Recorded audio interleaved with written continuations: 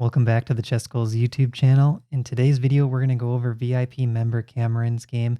He's playing the black pieces, he plays a Caro-Kann, and his opponent is going to play the Hillbilly Attack, one of our favorite attacks on this YouTube channel. All right, let's jump into the game. So we see e4 by white, c6, bishop to c4. Chess marks this move with a question mark, which I find kind of funny, and I agree. I think the Hillbilly Attack is a good weapon in Blitz and Bullet. If you're going to play this in a daily game like we're analyzing here, or a slow classical game, I don't think the Hillbilly is a great option for white.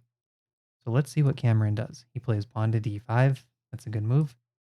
Bishop to b3. This is the trickiest option for white. So the idea is, if black takes on e4, the b3 bishop points at f7 long term, and that's where white's going to get their pressure. Another way you could play this is e takes d5, c takes d, and then move the bishop, but it doesn't have near the amount of bite that it does to just drop the bishop back. So if you're going to play Hillbilly, I do recommend going bishop to b3 if you're going to try to trick your opponent. D takes e4, queen to h5. We see the immediate threat on f7. Pawn to g6. And then I like this move. It's a good move. Gets one tempo on the queen. And it also prepares bishop to g7, which gets black one move closer to developing their king, getting castled. And now white's got to move the queen again, right? So queen to h4 by white. Good move again by Cameron, bishop to f5. The idea here, the reason we want to move the bishop to f5 is we want to play pawn to e6. And this bishop is outside of the pawn chain. So the pawn chain looks like this. We want to get that bishop outside of the pawn chain and then play e6. Knight to c3 by white. And now we see pawn to e6. This has been a perfect game so far by Cameron. I like e6 as well. This offers the queen trade while it gets pieces developed. So e6 kind of blunts that bishop on b3 from this diagonal attack. It also helps secure the f5 bishop, and we're offering the queen trade. So these are all positives with the move, and white's got to move their queen here. I think queen takes d8 is probably the strongest, but it also kind of makes the conversion easier for black, because now black is up this pawn on e4, and I don't see an easy way for white to win it back. Black can always play knight to f6 to help defend it, or maybe bring this other knight to c5. It's going to be difficult for white to win the pawn back. King takes d8 played by Cameron, and now we reach this queenless endgame. And what we got to figure out now is how do we convert this endgame from the black side. h3 played. I think f3 might be a little bit stronger here.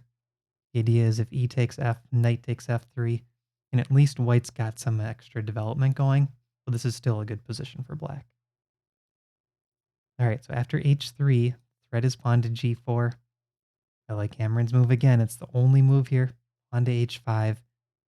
Prevents g4 because of h takes g.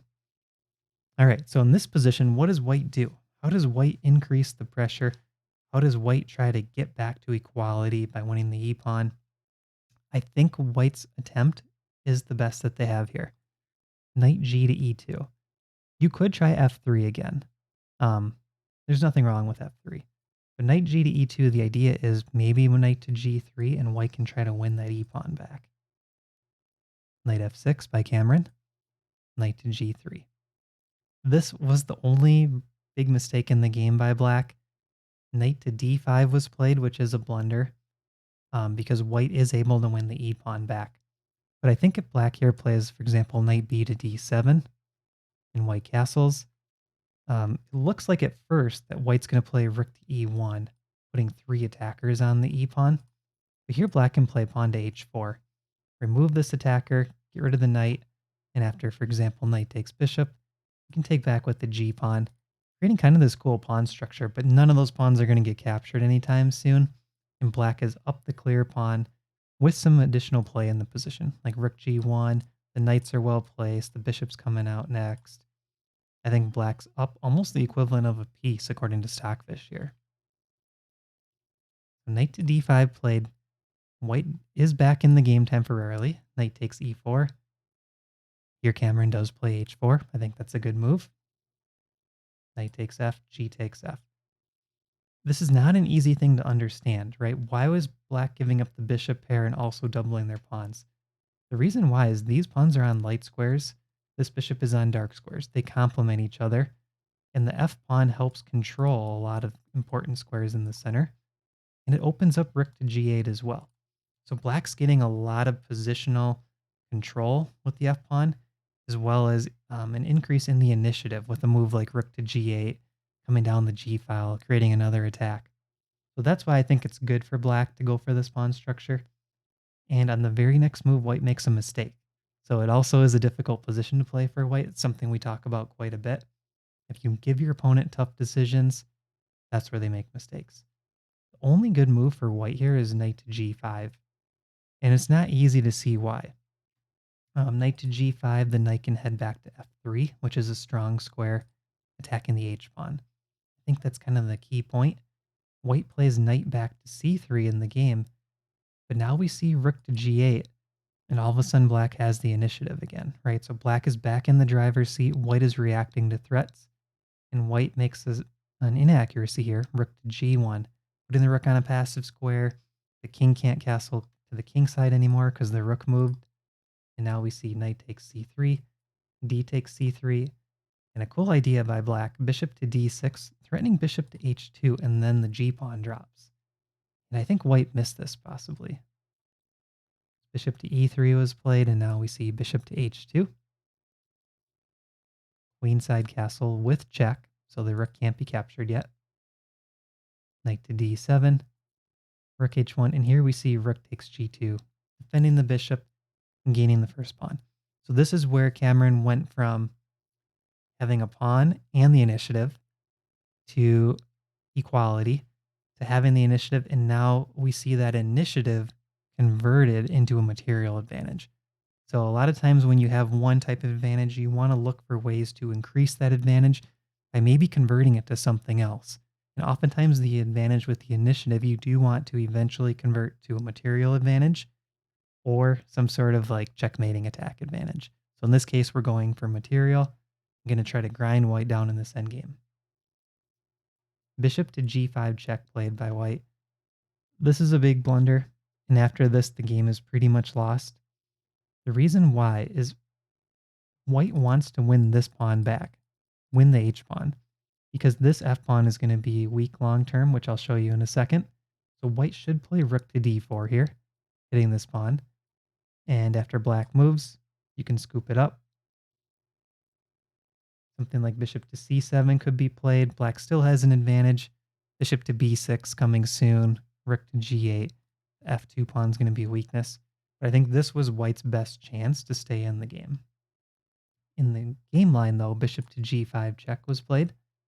After rook takes g5, rook takes h2, king e7, we have this nice imbalance for black. Strong knight against a bishop that really has no future. This knight can jump around, right? It can get into white's position. It can come out this way, come to the center. That bishop on b3 is stuck. Where is it going to play? It can't attack anything. This is essentially like black is up a piece. Also, the rook on g8, the strongest rook on the board. This rook doesn't have any entry points. This rook is on an open file, and it will have entry points when the other rook comes to the g file. f4 was played. Anytime you push a pawn, it can't move backwards. So we see rook to g3 by Cameron, taking advantage of where that pawn was defending. Rook to d3 by white. Knight to c5, this is a good move. Takes, rook g2, but the other rook can come defend. Knight to e4 is also a good move there, and maybe put the rook on the h file. As we'll see, it's coming up anyways. Knight check. And now using the knight to go attack the h-pawn. I think that's also good. Rook to g4. Knight to h3, double attacking the f-pawn. And very quickly here, white realizes they're in danger.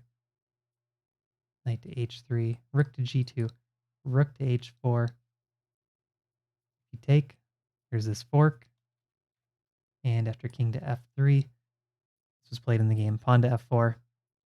White resigned because knight to g5 check is coming next with the fork. This attack is unstoppable. So really nice daily game by Cameron. He's a new ChessGoals VIP. This is the Hillbilly Attack. And I think the key takeaway was this move 10. You want to keep that extra pawn. That's your advantage in this position. Once white won that pawn back, position was about equal for a couple of moves. So if white plays correctly after that, they're right back in the game. Other than that, Cameron, I think this was a really strong game.